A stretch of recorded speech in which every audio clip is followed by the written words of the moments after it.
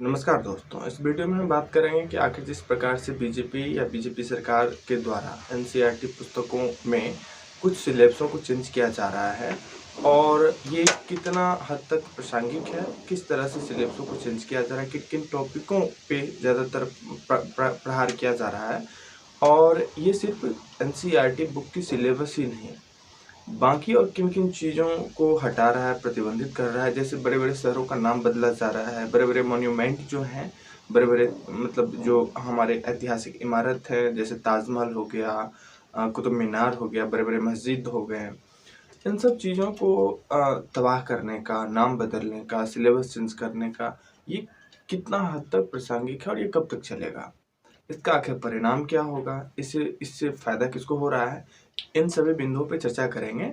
शुरुआत करने से पहले प्लीज़ यदि वीडियो अच्छा लगता हो तो लाइक करें, शेयर करें और सब्सक्राइब करें। दरअसल दोस्तों, इस बात की शुरुआत आज नहीं हुई है।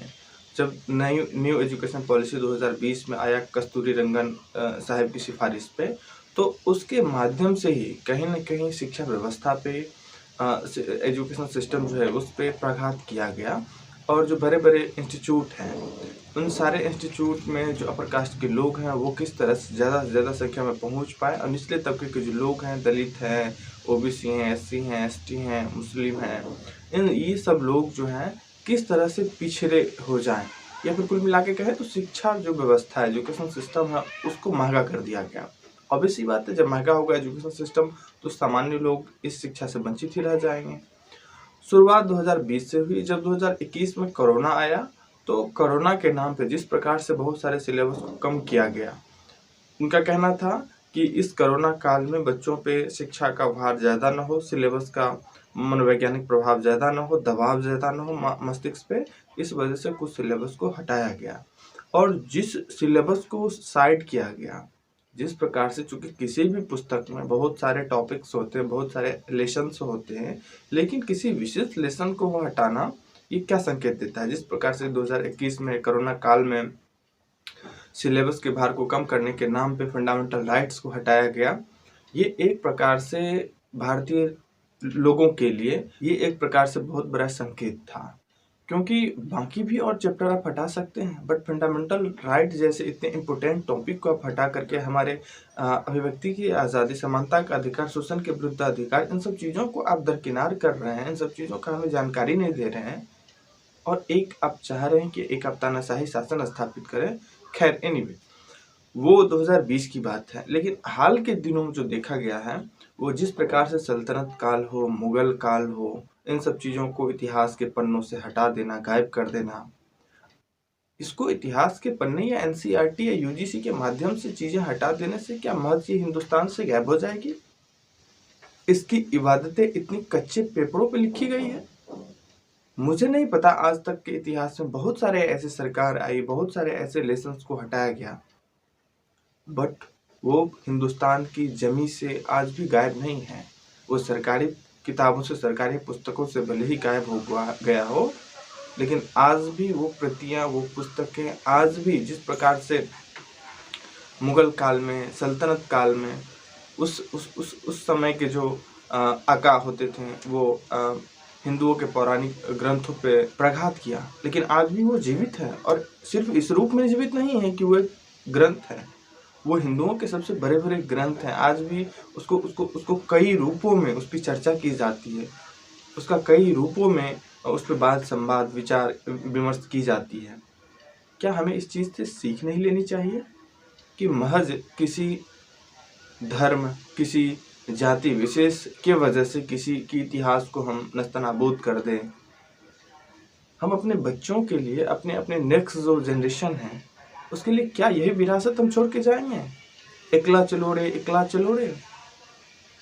जिस संविधान की दुहाई हमें बाबा साहब अम्बेडकर ने दिया, उस संविधान में जब हमारे बच्चे, हमारे नेक्स्ट जनरेशन पढ़ेंगे कि ये विविधता, ये बहुलता, ये पंथ निरपेक्ष, ये धर्म निरपेक्षता, ये सिर्फ पढ़ने को रह जाएंगे, देखने को तो कुछ नहीं रहेगा। जिस प्रकार से धर्म के नाम पे आप सांप्रदायिकता को फैला रहे हैं, जिस प्रकार से इस देश में बहुलतावादी और विविधतावादी मानसिकता को खत्म करने का प्रयास किया जा रहा है।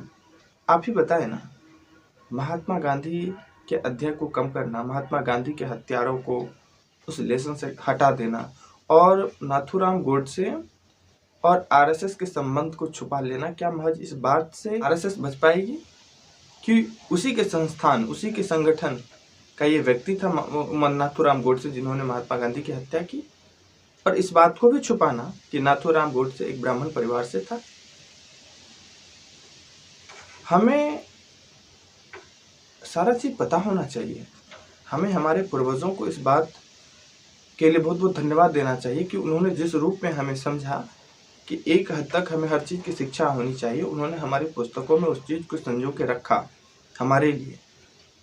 और आज जिस प्रकार से हम कटनी और छटनी की व्यवस्था अपनाए फिर रहे हैं, उससे फिर हम अपने नेक्स्ट जनरेशन को क्या देंगे? वो इस देश के इतिहास के बारे में, वो इस देश के भूगोल के बारे में, वो इस देश के राजनीति के बारे में क्या पढ़ेंगे? सिर्फ बीजेपी सरकार थी, कांग्रेस का कभी इतिहास ही नहीं रहा। सिर्फ हिंदू थी इंडिया में, मुस्लिम का कोई इतिहास ही नहीं रहा। सिर्फ आरएसएस इस देश में थी, कांग्रेस का कोई या फिर गांधी का कोई सहयोग ही नहीं इस देश में। और इनफैक्ट यहाँ तक भी बीजेपी प्रयास कर रही है कि नाथूराम गोडसे आरएसएस से उसका संबंध था, ये भी बीजेपी चाह रही है कि इसको भी धूमिल कर दे। उनका कहना है कि नाथूराम गोडसे हिंदू महासभा से जुड़े हुए थे, आरएसएस से जुड़े हुए नहीं थे। साथ ही साथ नाथूराम गोडसे ब्राह्मण था, इस बात को भी छुपाने का भरसक प्रयास किया जा रहा है। ये तमाम कोशिशें जो की जा रही है, कुल मिला के इस देश को हिंदू राष्ट्र साबित करने में, इस देश को ये साबित करने में कि इस देश में कांग्रेसियों का, इस देश में गांधी का कोई खास योगदान नहीं है। गांधी के योगदान को कितना भी आप कम करके आंकोगे ना, वो कम होने वाला नहीं है। भले इस देश के पुस्तकों से उसकी जो ऐतिहासिक पृष्ठभूमि है, अमीर छाप है, उसे आप खत्म कर दो, लेकिन ये विश्व बहुत बड़ा है। दूसरे देशों में इसकी पढ़ाई आज भी हो रही है, उसी तरह गांधी जिंदा रहेगा। इस बात की भी हमेशा जिक्र होती रहेगी कि एक ब्राह्मण परिवार से ताल्लुक रखने वाले नाथूराम गोडसे, जो आरएसएस का सदस्य था, उन्होंने गांधी जी से इस बात से खफा था कि गांधी हिंदू मुस्लिम एकता में विश्वास करते थे और वो गांधी को मार दिया। आप एनसीईआरटी के पुस्तकों से इस बात को हटा लेने भर से इस चीज को झूठला नहीं सकते। हमारी जो ऐतिहासिक विरासत है उसे प्लीज संजोएं। हमारे जो शहर हैं, हमारे शहरों के जो नाम हैं, क्यों बदलने पर तुले हुए हो भाई? इतने बड़े बड़े मॉन्यूमेंट है, ऐतिहासिक इमारतें हैं, उसे संजो के रखें। आप इस देश में विविधता और बहुलता का सम्मान करें। हिंदू मुस्लिम सिख ईसाई हर धर्म के लोग, हर जाति के लोग एक होके आगे बढ़ें। अब राजनीतिक भरसक करो, पर धर्म के बीच में दरार फाड़ के, जाति के बीच में नफरत के बू डाल के इस तरह से राजनीतिक मत करो। ये इस देश को कहीं न कहीं जिस प्रकार से आप चाह रहे हो कि एक अच्छा देश बनाएं, अमृत काल चल रहा है, यदि आप अच्छा देश बनाना चाहते हो तो वाकई में इस देश में धर्म और जाति के आधार पे बांटने का प्रयास मत कीजिए, क्षेत्र के आधार पर बांटने का प्रयास मत कीजिए। ये देश खुद में बहुत विशाल है, सनातनी परंपरा यहाँ का ऐतिहासिक परंपरा है। प्लीज इस देश की विविधता और बहुलता को बचा के रखिए, संजो के रखिए प्लीज सेव। आज बस इतना ही। अच्छा लगा तो प्लीज लाइक करें, शेयर करें, सब्सक्राइब करें। Thank you.